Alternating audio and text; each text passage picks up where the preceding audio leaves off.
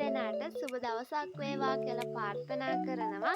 ඉතින් අද මම මේ වීඩියෝ එකෙන් අරගෙන ආවේ ඔයාලගේ 10 වසර සාහිත්‍ය පොතේ බැද්දේගම පාඩමට අදාළ විචාර වලට උද්ෘත. ඉතින් මේ උද්ෘත මං ඉතාම කෙටියෙන් ඔයාලට කියලා දෙන්න සූදානම් වෙලා ඉන්නවා. අපි එහෙනම් යමු වීඩියෝ එකට. ඉස්සෙල්ලාම අපි විචාරයක් ලියනකොට ඒක හඳුන්වලා ඉන්න බෑ. ඉස්සෙල්ලාම හැඳින්වීමක් කරන්න ඕනි. ඉතින් ඒ හැඳින්වීම කරන්න මෙන්න මේ ටික මතක තියාගෙන හිටියත් ඇති ඔයාලට. අපි ඒ ටික පිළිබඳව බලමු. මේ බැද්දේගම ලියන්නේ ලෙනාඩ් සිඩ්නි උල්. මෙයා බ්‍රිතාන්‍ය ජාතික පුද්ගලයෙක්. කෙන් සිඩ්නිහි උපත ලබා රොඩ්මෝල්හිදී මෙයා මිය යනවා. යාපනයේ ප්‍රදේශයේ සිවිල් නිලධාරියෙකු මෙන්ම දකුණු පළාතේ සහකාර ඒජන්තවරයා වෙලා ඉඳලා දකුණු පළාතේ හම්බන්තොට දිස්ත්‍රික්කයේ. ඊට පස්සේ මේක පරිවර්තනය කරන්නේ ඒ.පී. ගුණරත්න විසින්. එයාගේ වෙනත් පරිවර්තන විදිහට චූචෙන්නෙන් ද මංකී කියන වානරයා විදිහට පරිවර්තනය කරනවා. ඊට පස්සේ ආර්.එල්. ස්පිටල් වනසරණ මැකී ගිය දඩයම් සහ සුදුගෝනා මේ ටික ඔයාලා අනිවාර්යෙන් මතක තියාගන්න. දැන් අපි යමු විචාර සඳහා උදාහරණ වලට උද්ෘත.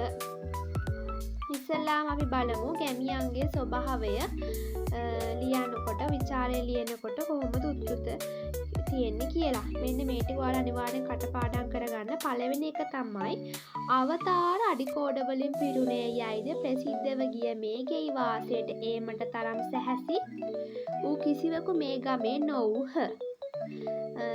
ඊළඟ එක තද සුළඟට ඇඹරි අටුවන් බැහි ගිය ගහක් මෙන්. මේක උපමා වලට ඔයාලට ගන්න පුළුවන්. ඊට පස්සේ කර්නල් හාමිද මේ සන්ධ්‍යා සේයාවට ඉක්මනින් වැටී ගත්තේය.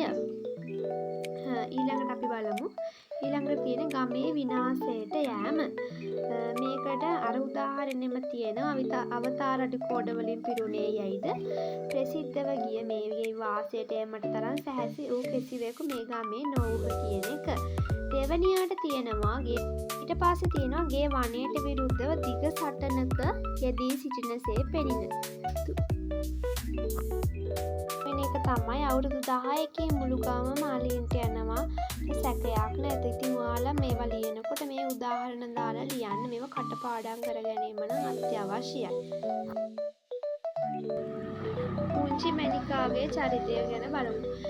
මේකෙත් මම ඔයාලට උද්ෘත 3ක් දීලා තියෙනවා. ඒක අපි බලමු ඒ තුන. පළවෙනි එක තමයි හිස් අත් බදාගෙන කෑ ගහන ගෑණියෙක් විලාපය කිනි. ඒවා හරිම ලේසි හරිම සරල විදිහට මම ඔයාලට දීලා තියෙනවා. දෙවෙනි එක තමයි පින්තකා දුන් කුරක්කන් අහුරු කීපයකට ඇය බොහෝ වෙහෙසවි වැඩ කළ යුතු වූ.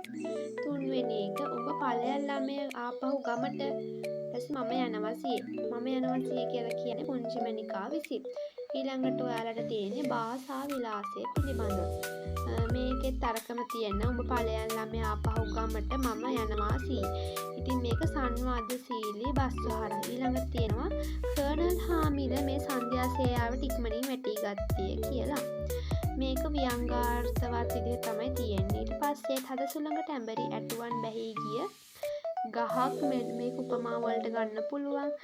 හතරවෙනි එක තමයි අවතාර අඩිකෝඩ වලින් පිරුණේ යයිද ප්‍රසිද්ධව ගිය මේ ගෙයි වාසයට තරම් සැහැසි වූ කෙනෙක් කිසිවෙකු මේ ගමේ නොවූහ. ඉතින් ඔයාලා මේව අනිවාර්යෙන් කටපාඩම් කරගන්න. ඉතින් මම මේ වගේ හැම පාඩමකටම උද්ෘත ඔයාලට දානවා. ඒව අනිවාර්යයෙන්ම බලන්න. ඉතින් මේ වීඩියෝ එක බැලුවට ගොඩාක් ස්තුතියි. මාව subscribe කරලා තියාගන්න. bye.